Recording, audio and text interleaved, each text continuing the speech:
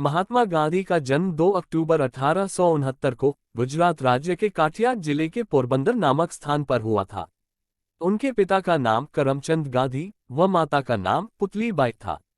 महात्मा गांधी पढ़ने लिखने में मध्यम दर्जे के विद्यार्थी थे।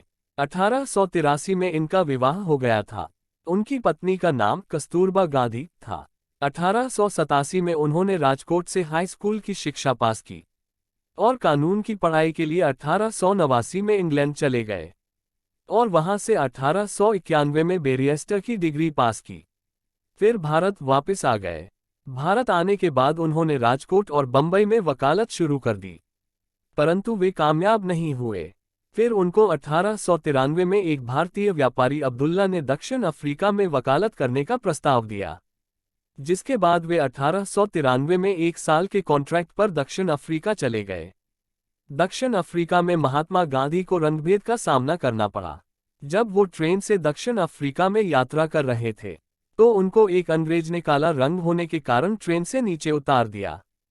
फिर महात्मा गांधी ने भी ठान लिया कि यहाँ से रंगभेद का भेदभाव खत्म करके ही भारत वापस जाऊंगा। फिर महात्मा गांधी ने वहां रहकर रंगभेद का विरोध किया, जो महात्मा गांधी के लिए विदेश में सबसे बड़ी जीत बनकर उभरा। फिर दक्षिण अफ्रीका से भारत वापस आने के बाद वो गोपाल कृष्ण गोखले के संपर्क में आए और उन्हें अपना राजनीतिक गुरु बना लिया। गोपाल कृष्ण गोखले के जरिए ये भारतीय राजनीति में सक्रिय हुए। फिर 1917 में महात्मा गांधी ने चंपारण सत्याग्रह आंदोलन किया। ये आंदोलन इसलिए किया था कि ब्रिटिश सरकार बिहार के चंपारण जिले में किसानों को सिर्फ नील की खेती करने के लिए मजबूर करती थी और उनको निर्धारित मूल्य पर बेचेंगे, ये उनकी कंडीशन थी। जब महात्मा गांधी को इसके बारे में पता लगा तो वो चंपारण गए और किसानों के साथ मिलकर ब्रिटिश सरकार के खिलाफ आंदोलन किया। इस आंदोलन से परेशान होकर ब्रिटिश सरकार ने एक आयोग गठित किया और किसानों की समस्या को सुलझाया गया। इसी सत्याग्रह के दौरान रवींद्रनाथ टैगोर ने इन्हें महात्मा की उपाधि दी। फिर 1918 में महात्मा गांधी ने खेड़ा सत्याग्रह आंदोलन किया।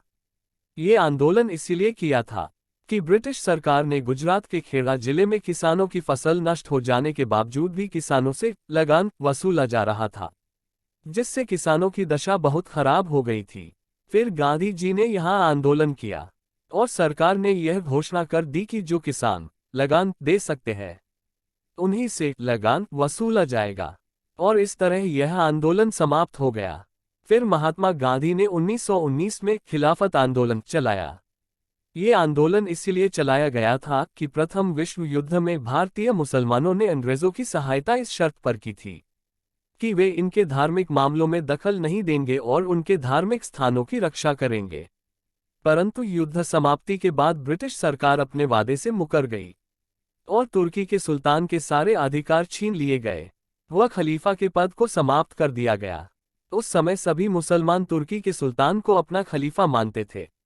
इसीलिए खलीफा के पद को दोबारा बनाने के लिए महात्मा गांधी ने मुसलमानों के साथ मिलकर खिलाफत आंदोलन चलाया था।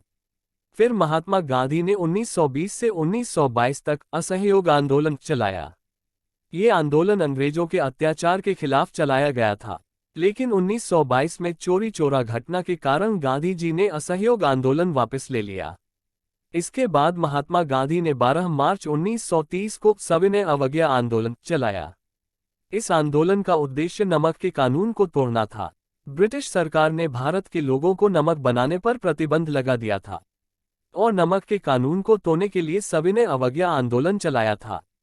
फिर महात्मा गांधी ने 8 अगस्त 1942 को भारत छोड़ो आंदोलन चलाया।